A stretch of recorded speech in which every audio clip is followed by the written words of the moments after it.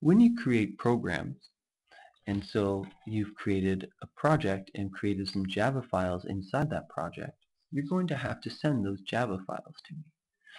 Specifically, if this was something you were working on, you would have to send me this first input file. I would not need the input file because I already have that.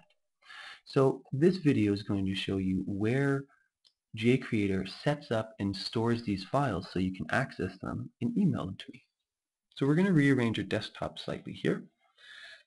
And so what we have here is we have my documents. Notice your documents, you have a directory called JCreator LE. Inside JCreator, you have a directory called My Projects. So notice that I have a workspace called First Inputs. This is called a workspace file. It is associated with First Inputs. It tells me all the different projects that are associated with that workspace. What's really important here is I have a project called First Inputs, and there's a directory called First Inputs.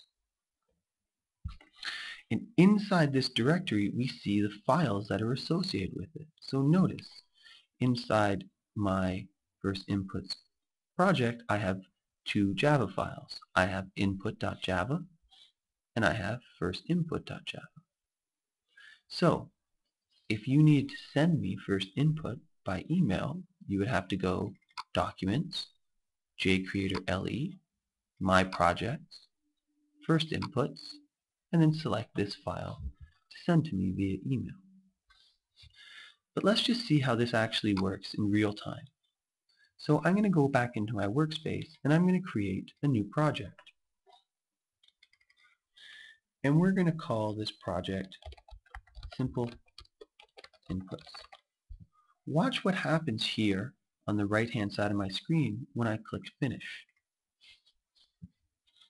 Notice the directory appeared.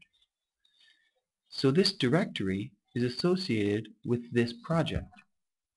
So if I right click on this project, I'm going to select Add, and I'm going to add an existing file because I want to take an input, so I need the input file. So again, I'm going to navigate to where that is on my computer. I'll select it, and I want to add it. Before I click Add, I'm going to open up this. Notice, right now there's nothing in here. When I click Add,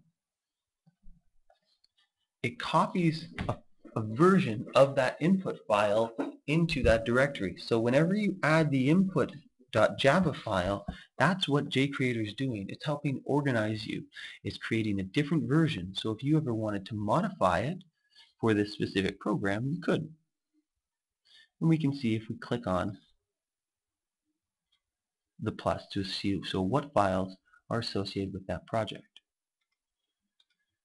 One thing to be aware of when you're working with multiple projects is you want to be aware of which project is the active project. The active project is the project that the computer knows you're working on.